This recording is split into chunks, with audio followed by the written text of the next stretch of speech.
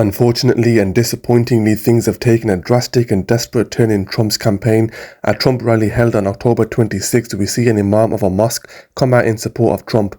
I found this incredibly disappointing and cringy. Let's take a look at the original clip.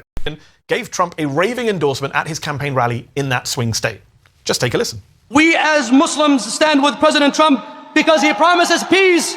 He promised to end war in the Middle East and Ukraine. We support Donald J. Trump for his commitment to promoting family values. We as Muslims support this man because we believe that he will be a president for all Americans, embracing every race. I need to correct the imam and say, first and foremost, we as Muslims do not stand with Donald Trump. I'm very disappointed that an imam who represents the Muslim population has uttered words of encouragement and support for someone who not only openly supports the genocide in Palestine, but doesn't really give a damn about the Muslim world. The elderly uncle in the back showing peace signs. I'm lost for words. This is incredibly embarrassing. Let's take a look at Mehdi Hasan giving the imam a good grilling. Tell us, what were the 5 points? Okay, so we focused on 5 key points, things that we believe are critical for the future of our country, our community, and even the world. President Trump did not just hear these points; he fully acknowledged and committed to each one of them. So what happened on stage, Mehdi, was really a public acknowledgement of this, I would say, historical agreement. Imam, because time is short, just briefly tell us what are the 5 points, just briefly for our viewers. Okay, so Mehdi, and allow me to say this. I'm surprised that you did not see the video, and yet on X you posted that this is madness. I don't know based on what you judged that me and my colleagues, all of these imams that endorsed Donald Trump, that this is madness, and also you reposted some of the posts that were attacking us personally. So I'm surprised because because hold on, if you're going to bring up my post, that was about your speech, and we played your speech to the viewers before it began. In your endorsement speech for Donald Trump, you said that Trump, quote, promises peace, specifically in the Middle East and Gaza. This is a man who, when he was president, gave Israel whatever it wanted. He moved the embassy to Jerusalem. He legalized the illegal annexation of the Golan Heights. Since the genocide began in Gaza, he said he would let Israel, quote, finish the job. He's told Netanyahu, quote, do what you have to do. His son-in-law, Jared Kushner, has said that Israel should expel Palestinians into the desert. So I do believe it is madness to say that Donald Trump promises peace when he doesn't promise peace. This is a bit of a reality check for the imam. Unfortunately for him, he may not have been aware of the points Mehdi Hasan raised, and in a way I do feel sorry for him.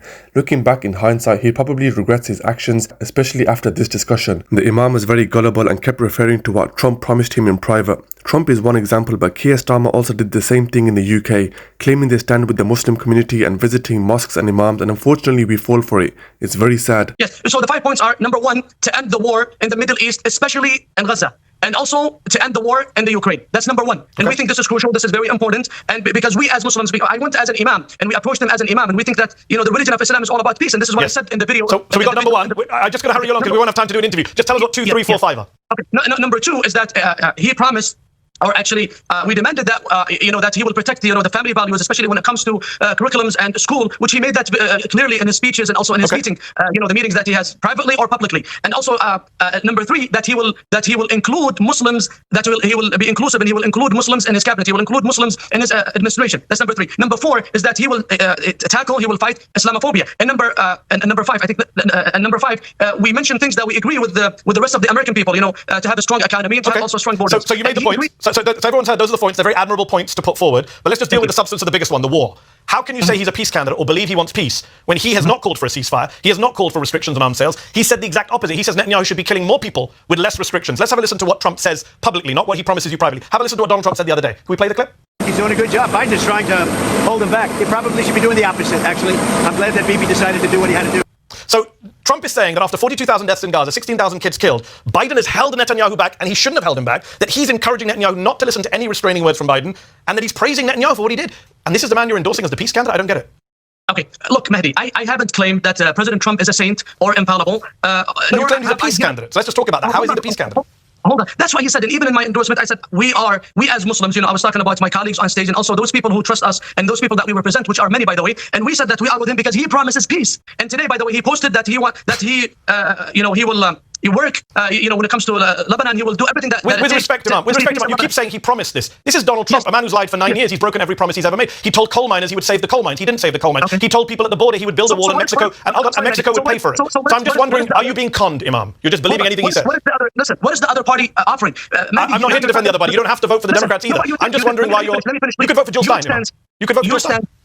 hold on. Your stance and your position, and your position now from Donald Trump is based on 9 years of watching him say and do things. The points that Imam raised with Trump are definitely things that would benefit the Muslim community. However, this discussion was rigged from the start and he was conned. Trump used this discussion to gain support from the Muslim community just to get more votes. Mehdi Hasan is of course much more experienced and well versed in this area, and he can see between the lines when others probably can't. It's not speculation. This is what Rudy Giuliani, Trump's very good friend and lawyer, said the day after. This is the day after you endorsed him. You endorsed him on Saturday. Let's listen to what Giuliani said on Sunday. Can we play the clip? Hamas is not there for us. Iran is not there for us. They want to kill us. And the Palestinians are taught to kill us at 2 years old. They won't let a Palestinian in Jordan. They won't let a Palestinian in Egypt. And Harris wants to bring them to you.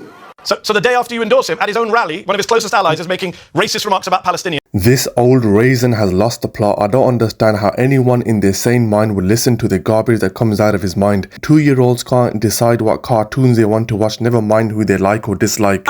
You've done a damage on me and also on my colleagues, the imams and those who support us, when you said this is madness, and you reposted people that attacked us personally. And now, and to be honest with you, I'm shocked that you did not even see why did we endorse him. I understand why you endorsed him. He made you promises, and I'm questioning why you... Brother, you did this to yourself. You represented the Muslim community and went in gullible, believing the lies.